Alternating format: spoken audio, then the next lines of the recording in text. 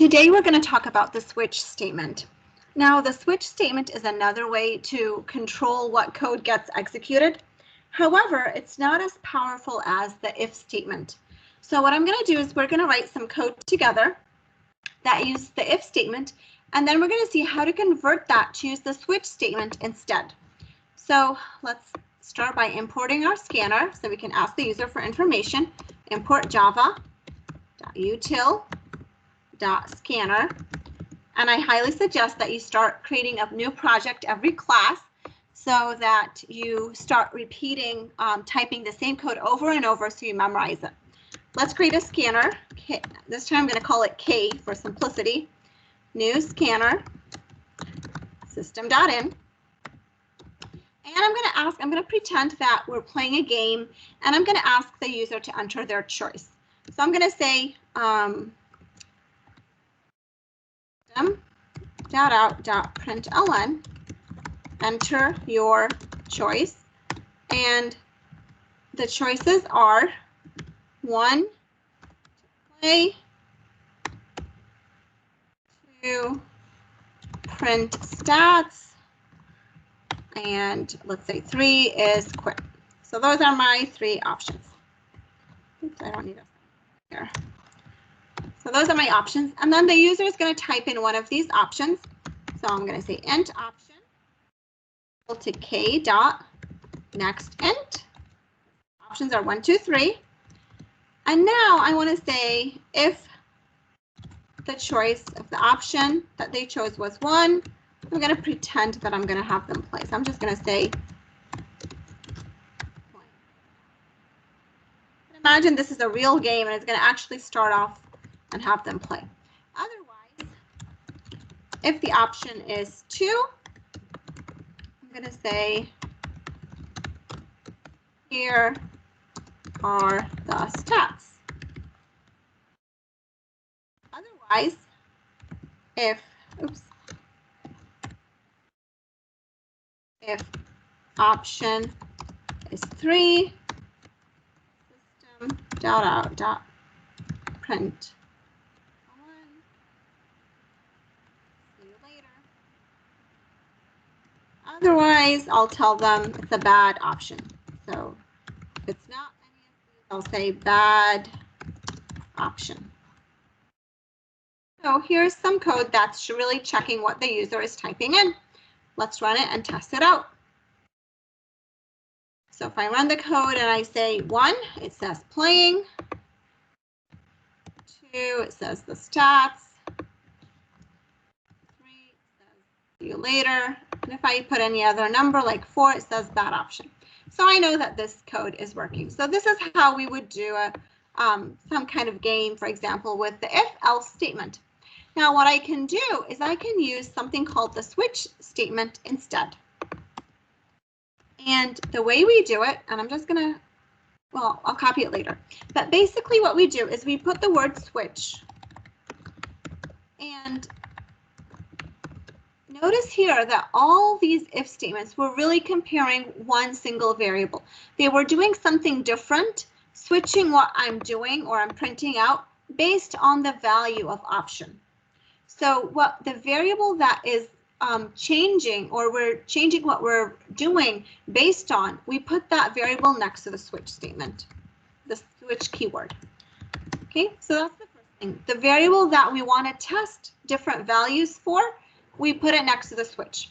Now, what are the different cases? What are the different values that option could have had? Could have had 1, 2, 3, or something else. So the options that it could have had, we put them next to the word case. So we say in case it's a 1, I'm going to do this print statement. Okay. And then we put the word break, and I'm going to show you what the word break is in a minute. Okay, so that's the first option. If option was 1, in case option was 1, this is what I'm going to do. In case option was 2, I'm going to do this system.out. And again, we put the word break. In case it was 3, I'm going to do this statement, and I'm going to put a break. In case, well, here we don't put in case. The last one, kind of the last else, we say default. And default means if it's not any of the above cases, this is the default behavior that I want you to have. And we don't need a break here. So this is what the switch statement looks like.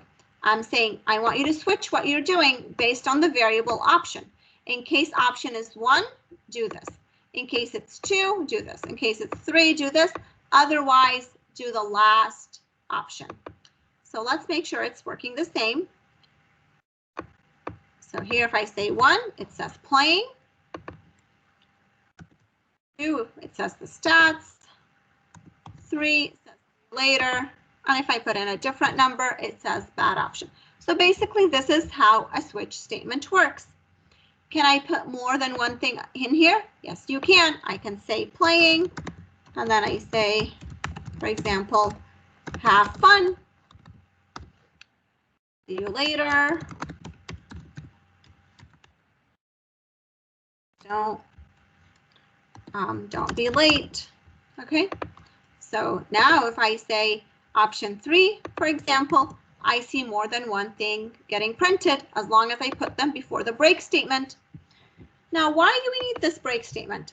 Let me show you what's going to happen if I don't put the break statement. So if I run this and I enter option 1 here, I see that it said playing, have fun, and that's it.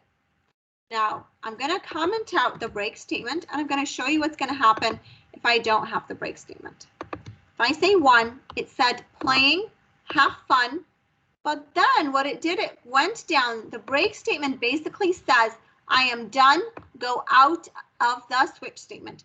Here, it didn't have a break statement because I commented out, so it continues.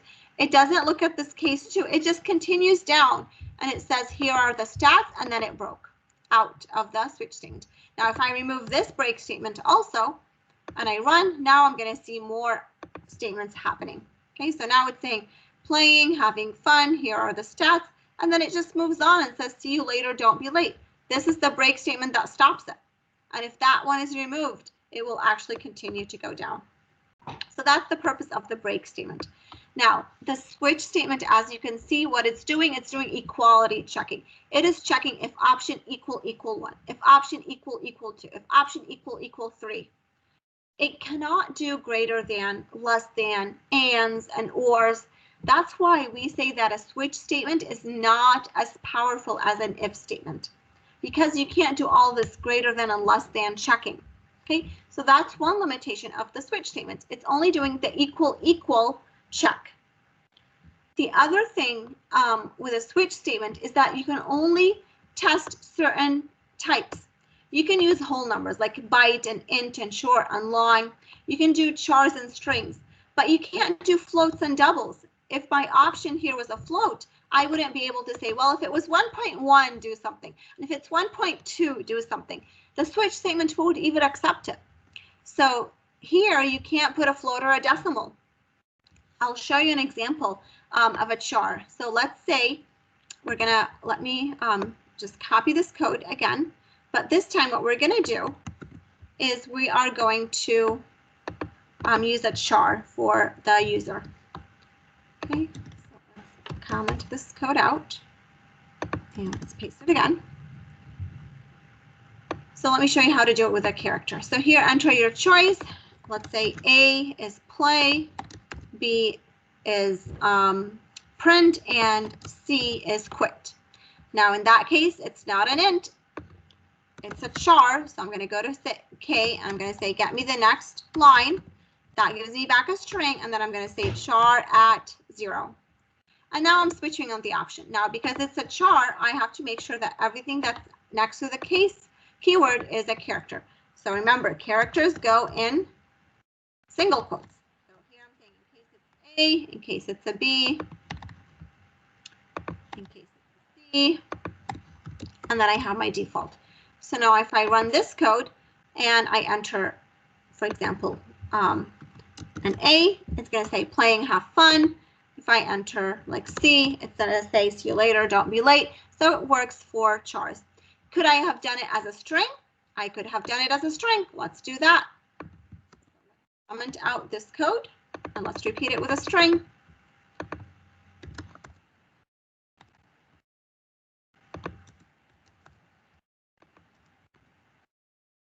So here I'm going to tell them the same thing, but instead of using a char, I'm just going to say string. And because it's a string, I don't need the char at. I'll just say, get me the next line. Now, because it's a string, I can't use a single quote. I'm going to use a double quote. So I'm going to say in case it's an A, in case it's a B, in case it's a C. And so depending on what the variable is, you're going to change what's next to the case. So when it was an int, remember, numbers don't go in quotes. Like when you're creating a variable, you just put the number without any quotes around it. But if you're creating a char, you put a quote, a single quote. And if you're creating a string, you put double quotes. So the way we're creating those variables, remember the literals that we're using to store in those variables, that's the format we use here. So when it was a number, we just put the number 1, 2, 3. When it was a char, we put single quotes. When it's a string, we use double quotes. So now if I run this code and I say option A, it says playing, have fun. It could have also been like words. So instead of A, I could have it say play. And maybe, if you want to print, say print. And instead of C, I could have made it, quit. Okay. So here, instead of A, I'll say the word play because it's a string. So I can actually put many letters in there. And this one I'm going to say quit also. So now if the user says play, it says the playing. If they say quit, it says see you later. Now you could also put more cases. So if I want it to be like in case it's play or lowercase play, you can have them under each other. So you do have a little kind of like an or. So this is saying if the option is play or play, like with an uppercase P or a lowercase p, do the same thing. So if I say play, it's still going to say playing. If I do quit in a different way, so like let's say I say quit like this, it says bad option. So if I wanted to accept quit, I would have to mention it here too as lowercase like this. So you can have, you can combine cases where you're basically saying if the option is this or this, do what's underneath. And so this is kind of like a little bit of an or flavor, but that's really all you can do with the switch statement. Okay, so this is the format of the switch statement. You have an expression that you put here, and you have the values that this expression can evaluate to. So if this expression had the value 1, you do these statements, and then you put the break, and so on. So here is another example. We ask the user for a number that represents a day, and then we're switching on the value of that day. If it's a 1, we're going to say it's Monday, 2, Tuesday, 3, Wednesday, so forth. And if they enter anything besides 1 through 7, we're going to use the default statement to say that it's invalid. Now, if you forget to put the break statement, your code will continue. So here, if the user, for example, enters 2, it's going to come and say 2. Is it a 1? No. Is it a 2? Yes. So it's going to set it to Tuesday. Then it's going to move, change it to Wednesday, move on, change it to Thursday. So that variable is changing. Change it to Thursday, and then it will actually at the end be printing out Thursday. So for this classwork, we're going to try to do a little bit more longer code. So you're going to basically try to display a message to the user that gives them 3 choices. Choice 1, 2, and 3. And you're going to use a switch statement to determine which of these you're going to use. Now, the user, if they choose option 1, you want to calculate the area of a circle. So to calculate the area of a circle, you're going to ask them what the radius is. Okay, and then you're going to calculate the area, and the area is pi times radius squared. Remember, pi is 3.14. If the user enters 2, you're going to ask them the length and width of the rectangle. If the user enters option 3, you're going to ask them for the base and height of the rectangle, and you're going to do the calculation for the area. Remember, area of a rectangle is length times width. Area of a triangle is half base times height. So here you're going to have a half multiplied by the base times the height. So you're going to use a switch statement, and if the user enters any other value besides 1, 2, and 3, you're going to use the default keyword in your switch statement to tell them, give them an error message. And the exact text of what your program should display in the error message, you'll find that on HackerRank.